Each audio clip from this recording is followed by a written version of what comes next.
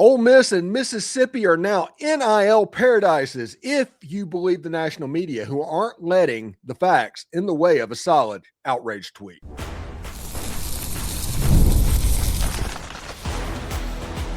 You are Locked On Ole Miss, your daily podcast on the Ole Miss Rebels, part of the Locked On Podcast Network, your team every day.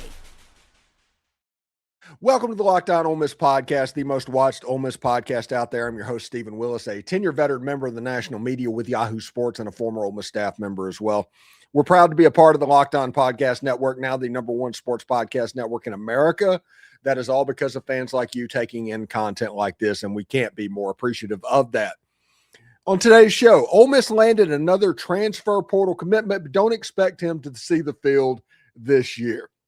We'll explain why this move is more about roster balance and long-term stuff than anything direct and immediate. Next, a new power player has emerged targeting the SEC and the Big Ten revenue, and this one reportedly has private equity backing along with support tied to Louisiana and the LSU administration. We'll tell you about that right after this. That's not noise. That's something that we need to monitor closely, honestly.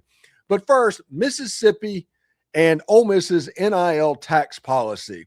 Headlines suggested that NIL money could become tax-free starting Monday or something like that. Well, that didn't happen.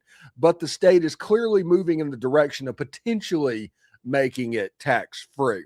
We'll break down what's real and what's coming and what it means for Ole Miss. All of that and more on today's Locked On Ole Miss podcast. Remember, we're free and available on all of the podcast apps and on YouTube.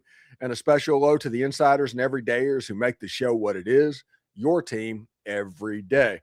Today's episode is brought to you by Game Time. Download the Game Time app, create an account, and use the code Locked On for $20 off your first purchase.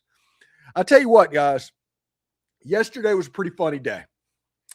And what happened was in the House, a bill got passed that made NIL earnings and revenue sharing earnings for Ole Miss, Mississippi State, Southern Miss, everybody that's taking part in that, tax-free inside the state of Mississippi. So we're talking about state tax. Federal tax would still apply. The tax bracket that would be 35% or whatever the numbers are, that would still apply. But the House passed thing that state tax would go away. Now, it's important to realize that Mississippi is in the process of phasing out its state tax. They're not going cold turkey, but the bill passed last year to where they're eliminated over 7, 8, 9, 10 years, something like that. I'm not justifying this, but let's just stop with the outrage just a little bit.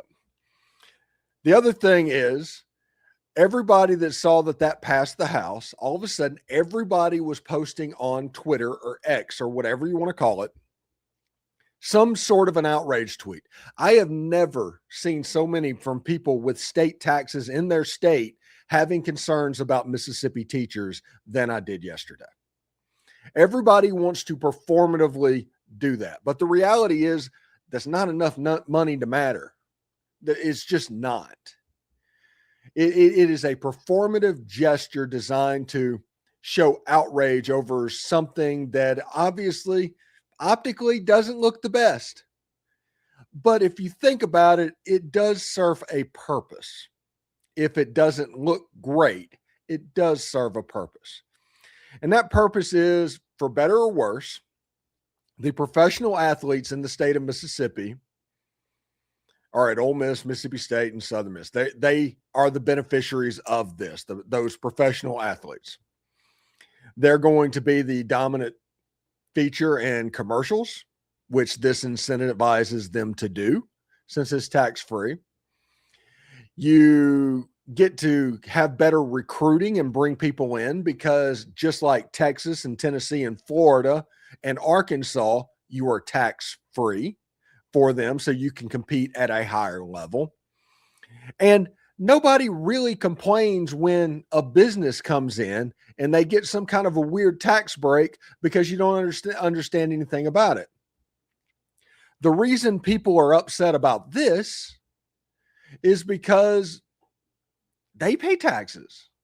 They have to do it. It's an acknowledgement that these are more important figures than you are in the grand scheme of things, which honestly, listen, I get the feeling of unfair and all of that. But Trinidad Chambliss is going to bring more money into whatever he's in and him being at Ole Miss than Jane Doe is teaching middle school at Florence Middle School. That's the apples to apples part of this. It's about the ancillary stuff that just them existing and them bringing to your area can bring in as opposed to just existing. Whenever you are in an area and people are going to see you on any given Saturday, Oxford is probably the second biggest city in the state of Mississippi. A lot of that is because of Trinidad Chambliss. So this is a way to attract the next Trinidad Chambliss, to go into Nielsen's and Funky's and all the bars along the square and all of the money that Oxford, Mississippi brings in. It's a direct result of these NIL deals. If we remove all of this stuff, and like I said, I get the unfair thing. I understand that entirely. But can we stop the outrage? This actually is a smart deal to do. The same way as it is to do a tax break for Amazon coming to your community, or some sort of tax break to bring the healthcare industry into where you are. It is no different. This is essentially a tax break for tourism. That's what it is. They want people to travel to wherever Trinidad Chambliss or whoever is, whoever the big player at State is, whoever the big player at Southern Miss, and see them, and they're going to benefit proportionally with how good they are. If they're only getting $700 in NIL money, that's obviously different than $5 million. And you are going to be getting a tax break proportionally. It could be up to $100,000 or so a year, or it could be $10 a year. But you are going to be entitled to that tax return. So it isn't a horrible thing. It's a decent gesture. It's basically a tourism tax break, if you want to look at it that way. Granted, optically, it looks terrible and it's easy to tear it apart. But when you built Swayze Field in, was it 91, 92? I forget the date. You did it off of tourism and hotel tax and all of that going in the city of Oxford. This is the other side of that. They have been giving tax breaks and using the tax revenue to fund Ole Miss athletics and athletes for 30 years at this point. So it does make sense that this is happening. Okay. So they had the deal passed by the House, which basically it did nothing other than passing the House if you know how the government works. Now it has to go to the Senate.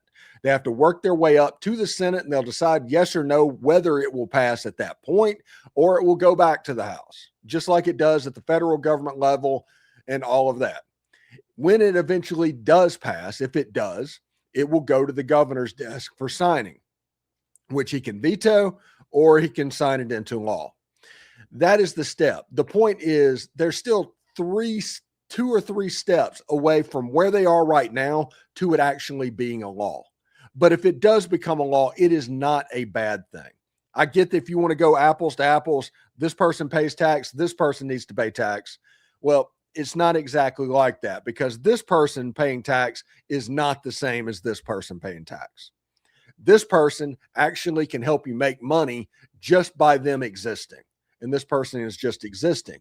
Not that there's anything wrong with that, just pointing out the differences in the two people.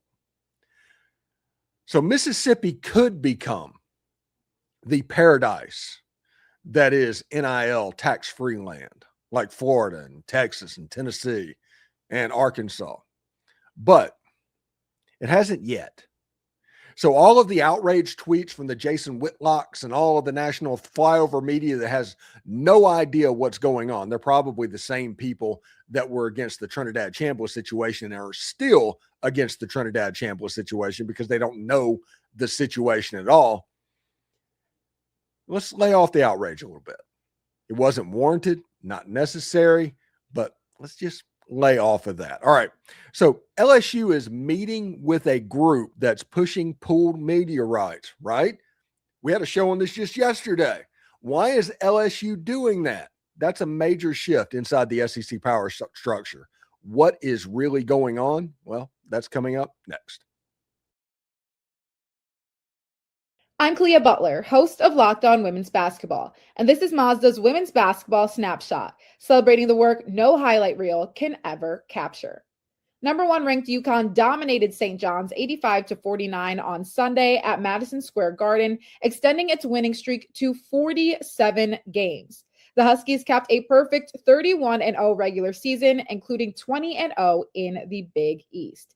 UConn is winning by nearly 38 points per game, the third largest average margin in Division I history. Since 1999 to 2000, UConn has 9 undefeated regular seasons, as many as all other programs combined, and has turned 6 of those into national championships. These moments are earned off the clock, those long before the lights ever come on. The sweat, the fakes, the doubt, the scrapes, and coming back for more every time. Mazda puts that same drive into every detail. Wins define the moment, putting in the work, that defines you. There's more to a Mazda because there's more to you. Hey, do us a favor, like, subscribe, and comment on this video. Subscribe to the podcast on whichever audio podcatcher you're listening to and give it a 5-star review. It costs nothing, but it keeps all of this free. Thank you for making Locked On Ole Miss your first listen today, and thank you for making Locked On the #1 sports podcast in America. That is absolutely awesome for you. If you haven't already, go check out our new Everydayer Club. You get access to an ad-free audio feed for Locked On Ole Miss. It's compatible with Apple Podcasts, Spotify, basically every podcast app that is out there. You get an invite to a members-only Discord channel, and I will give you an invite personally to the Locked On Ole Miss private Discord channel. And also it includes a group chat just for listeners of this show. Hosts, listen, you need to realize exactly what we're going to figure out how to use that group chat. We do a decent job during football season. We got to figure out how to use that in the course of the regular days. You get special all access episodes as well from Dalen Flowers, Corey Burton, and Mike Huseman. Go to lockedonolemiss.supercast.com or tap the link to show in the show notes to learn more. All right. So listen, yesterday we did a show about the pooling of the media rights, basically the Cody Campbell plan of what's going on in the national landscape. And there's a lot in the Cody Campbell plan that I do not have a problem with. The major problem that is not going to be able for me to get past is pooling media rights to where Ole Miss will make about $20 million less than they do right now. It's one of those things that if the Cody Campbell thing and they pass the Broadcasting Act thing where conferences can pool the media rights, at that point, the SEC and the Big Ten need to immediately leave the NCAA and go start their own thing and actually pool their rights together at that point to like-minded people. But what I didn't expect was a couple of things that happened yesterday. There was another, I guess, group, we'll say group, that is about pooling media rights together called Smash Sports. And they are hosting a get-together of, I guess, professionals that represent all 4 power leagues, including but not limited to Penn State, USC, Clemson, Louisville, SMU, Texas Tech, Boise State, Michigan, TCU, and Maryland. There's one surprise entrant in there, and we're going to talk about that in just a second. It's LSU. LSU President Wade Rouse and TCU Chancellor Daniel Pullen are planning to be at the meeting. In a statement released to Yahoo Sports this week, Louisiana Governor Jeff Landry, governors are involved in this. That's always a good thing. A proponent of the Smash Sports plan, commended Rouse for attending and described Smash's proposal as a common sense solution to financial instability. Okay, the difference in this one is some broadcasters are involved. They're talking about schedule. There's a lot of trust me, bro, just like the Cody Campbell thing. But this one has private equity attached. And you know me, if you've heard me talk about it all, private equity, in my opinion, has not done anything good for anybody. All they do is make money. So if they get their hands on college sports, then it's over. It's all she wrote. It's just a matter of running out the clock at that point. Heck, I'm 50 years old. I might be able to do that. But if you are a young fan coming into it, it's problematic at best. I did not have LSU getting in bed with private equity and going against the Southeastern Conference on my bingo card for something like this in a public way. This wasn't LSU just in the behind the scenes and not giving any kind of a statement, trying to just like learn about it and get information and go. No, this is the government giving quotes to Ross Dellinger. This is the governor sending the president of the university to the event. So what did we learn from this? First of all, there will probably be the first team that tucks their tail and runs and looks out for their own self if they're already doing it right now. Second of all, it kind of shows whenever Matt Moscona on his Locked On LSU show was talking about the financial crunch that was going on at LSU, all of a sudden it's real. LSU sounds like they're trying to find money. And that's the reason they're willing to get in bed with private equity. I don't know how I feel about that. Now, like I said, they spend money left and right all the time, every time down there, but you always assume there's more. Maybe it's running out. Maybe this is an act of desperation. Maybe it's an act of not balancing your budget very well. Maybe it's an act of not being financially sound. I don't know. But them running out on the LSU before all of this happens publicly is not a good look for what is going on. And when something inevitably passes with the broadcast sports app, do they intend to stay in the NCAA or whatever organization that's caused, as opposed to going with the SEC and the Big Ten? After it leaves, are they planning to leave the Southeastern Conference? I don't think so. That wouldn't make sense. But why would you go completely 180 from what the rest of the schools, the other 15 schools, are doing? It doesn't make sense. Pooling media rights, and I don't care anything that's said, that you get a bunch of hypothetical numbers. The number we're going to go by was from the Cody Campbell group, who they believe and they put out and they advertised that the SEC joined the Big Ten and pooling all the revenue with the other conferences, they could get upwards to $7 billion per year. And that sounds like a pretty good number.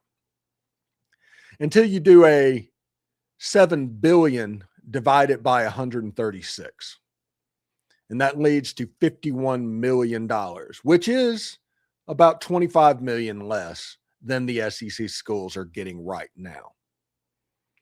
So why would LSU be looking at private equity right now if you were going to take a 25 million pay cut? I genuinely believe this private equity firm, they're going to try and tier the money.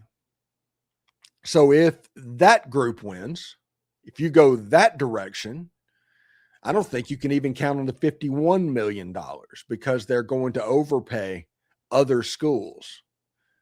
So we'll see exactly how that goes. My opinion, not changing whatsoever. The SEC and the Big Ten, if they were able to pull their revenues, if all this passed and they just pulled it and just took those 35 teams plus the 10 best brands in college football, maybe 9, get to 44 or something like that and have 4 11-team conferences or whatever. Split it up that way. You can probably get $4 billion a year for that, maybe 5. You're looking at $90 million payouts for doing that. Because the reality is you're going to hear a lot of things from the media about slicing pie and all of that, about, hey, we need to pull the revenue with these 136 teams and we'll figure out how to distribute it later. Wink, wink, but the reality is the less slices of the pie, it's better. So you want a situation to where there's less slices that you have to make. So 44 would be pretty advantageous for something like $4 or $5 billion. And the Big Ten and the SEC could absolutely command that. And the irony is, if you're looking at the pooled rights, yeah, you could probably get $1 billion for the ACC and the Big 12 and the rest of college sports. And you get like $4 for the SEC and the Big 10. So that kind of lets you know where the power should lie. And it's just a matter of trying to make the SEC make a mistake like they did with the playoff by using public pressure. And hopefully the SEC understands that going into this whole thing. So we'll see exactly how that goes. All right, in our final segment, Ole Miss is adding a transfer portal commitment, but don't expect him to play this year. We'll explain next. Hey, it's tax time, but for a lot of us, it's the old way of doing taxes is a lot. Trying to book an appointment that's not the most convenient, waiting in a waiting room with a stack of papers, that's not fun. Emailing back and forth and wondering if they really get your situation. But this year, you're getting a major upgrade. Intuit Tax, TurboTax now has in-person locations nationwide. You can meet with face-to-face with real tax experts and get your documents upload it straight to your TurboTax app on the spot. And just like that, you're done. Your TurboTax expert works to get you every dollar you deserve while you get real-time notifications as you go about your day. It's a relief walking in and meeting a real person and walking out knowing that your taxes are being handled exactly right. Head to turbotax.com/local to find a store near you and book your appointment. The biggest stretch in college basketball is almost here. Buzzer beaters, bracket busters, and those unforgettable moments that everybody's talking about the next day. Being there live for something like that, that is bucket list type stuff. The hard part is actually getting tickets, long queues, prices jumping around, and surprise fees at checkout. The Game Time app gives fans the advantage with constant innovation. It's how you unlock amazing tickets and experiences in just a few taps. It's incredibly simple to use. The Game Time guarantee means 100% legitimate tickets delivered on time at the best price. And here's the best part. Fees are included in the price you see. What you see is what you pay, period. The seat view feature, that's a game changer, by the way. You get the panoramic view of your exact seat before you buy, and Zone Deals let you pick the section and save even more while Game Time selects the seats. I love being able to follow the teams in the app and alerts pop up when new deals drop. There's no stress, no guesswork, just smooth experience from start to finish. That's exactly what you want during the busiest part of the season. So take the guesswork out of buying college basketball tickets with Game Time. Download the Game Time app, create an account, and use the code LOCKEDON for $20 off your first purchase. Terms apply. Again, create an account and redeem code LOCKEDON for $20 off. Download the Game Time app today. So Ole Miss got a commitment out of the transfer portal the other day, and listen, I'm going to say don't get excited, but I kind of said the same thing when Ole Miss got Trinidad Chambliss. But this time, I am very sure, barring some sort of a freak injury, this player is probably not going to get in the field, considering Ole Miss has the best kicker in the entire country. But that doesn't mean that you shouldn't celebrate the fact that he's coming to begin with. His name is Jackson Moore. He's coming from Appalachian State. He is 2 years of eligibility. I think he has. He started at Kentucky. I think he played 2 years at Appalachian State. Part of it was in 2024. He actually was 4 of 6 on field goals, and he was perfect on extra points. That's his record in 2024. He did not play in 2025. They kind of recruited over him and he got benched a little bit. He doesn't have a superior leg cannon. Both of his longest field goal is 44 yards, and he doesn't have a touchback to his credit. So that tells you right there, I'm not expecting him to see the field whenever Ole Miss has Lucas Carnero at their disposal. But you should still celebrate whenever you get a commitment in the transfer portal. I'm curious to see what type of ride he gets, if he contributes at all, what he was brought in to actually do. I'm curious about that. Now, the connection might be Luke Haas's brother plays at Appalachian State. Maybe there's a little cross knowing of what is going on, but that is at least a name. But Jackson Moore coming to Ole Miss, that is something to pay attention to in the transfer portal. And also, real quick before we get out of here, the first day of spring, according to Kristen Lowe, is March 23rd. That is roughly 2 weeks from Monday. They're going to start practicing football, starting late, probably because of the winter storm of what's going on, and they don't want to break up the schedule potentially of what the winter workouts look at. Like it seems like they waited 2 weeks, and that's about what the winter storm took away. So you get the full winter in, you get the full spring practice in. That appears to be what they're doing, but it's March 23rd, and I think it goes through April 30th. That is the spring practice dates. So we'll have fun. We got Dalen Flowers that's going to be all up in there. David Johnson's going to be around as well.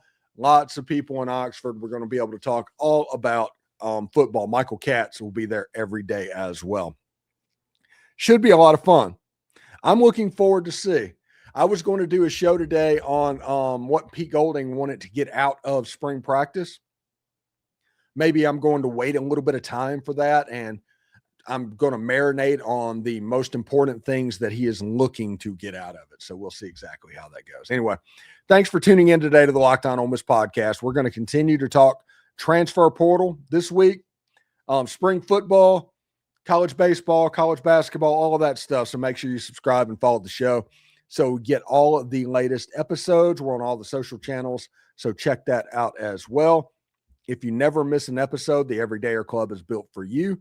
Get Locked On Ole Miss ad-free and members-only Discord access, plus more. Head to lockedonolemiss.supercast.com to join the club. For those of you on video, we're going to send you to the first ever 24/7 National Locked On Podcast Network YouTube channel. On audio, make sure you make your second listen either Locked On College Football or Locked On SEC. Hotty toddy, everybody, and we're almost to spring football. We'll see you tomorrow.